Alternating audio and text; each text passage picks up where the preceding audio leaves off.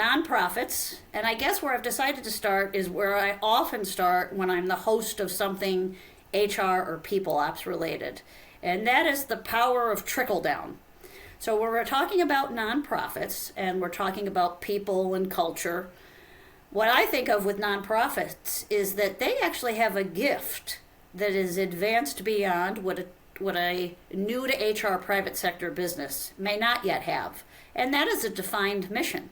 Nonprofits don't normally form without a defined mission, and that is a step in the right direction in terms of informing what you want your culture to be. So I want both of you to speak a little bit about early on in a client relationship, or maybe later in a client relationship, where vision, mission, values started to really inform what you did to support those nonprofits. And if you want, pass on a couple of tips.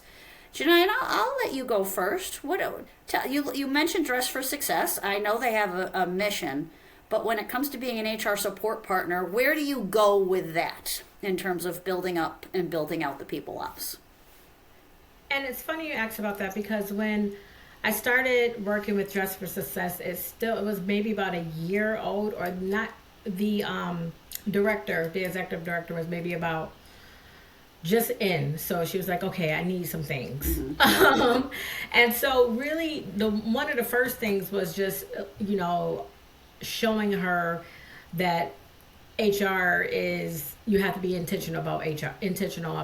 Mm-hmm. Because when you're intentional, you have those job descriptions, you have to pull in the right people, very inclusive, and that align with funding goals or grants and stuff like that. Mm-hmm. I think that when she saw how HR this was like the lifeblood for everything she kind of needed, she was like, okay.